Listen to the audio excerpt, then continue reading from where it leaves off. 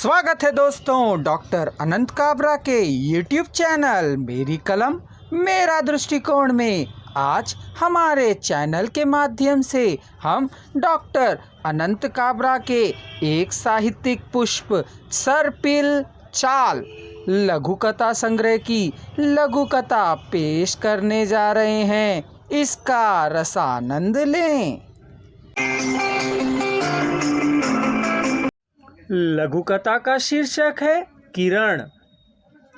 उसकी वेदना ने संवेदना को मार दिया और अभाव के पास आती इच्छाएं स्वयं को मृत मान अपना देह संस्कार स्वयं ही करा जाती। धीरे धीरे वह उदास से निराश हुआ और हताश हो उसने आत्महत्या करने की ठान ली। तभी उसकी संवेदना जाग गई और जीने की इच्छा प्रबल हो उठी। वह अपनी पत्नी और बच्चों को किसके भरोसे छोड़कर जा रहा है। भीतर से आवाज आई, भगवान के।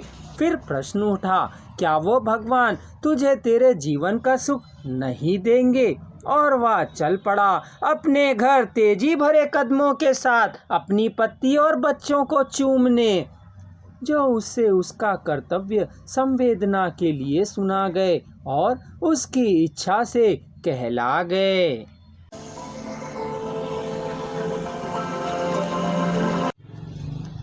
हिंदी साहित्य में डॉक्टर अनंत काबरा का नाम बड़े आदर के साथ लिया जाता है। बचपन से ही मेधावी उनके व्यक्तित्व के समांतर ही उनका साहित्य प्रामाणिकता की कसौटी पर कुंदनवत श्री संपन्न है। उनका सृजनशील लेखन 20वीं सदी के 8वें दशक के मध्य से आरंभ होता है। अब तक उनके कई काव्य कृतियाँ, कई लघु कथा संग्रह, कहानी संग्रह, सूक्तियाँ आदि प्रकाशित हो चुकी है। नित्य उनके द्वारा व्हाट्सएप चैनल के माध्यम से एक लघु कथा, एक कविता और 2 सूक्तियों का नित्य प्रेषण किया जाता है। अगर आप इससे जुड़ना चाहें तो डॉक्टर अनंत काबरा के व्हाट्सएप नंबर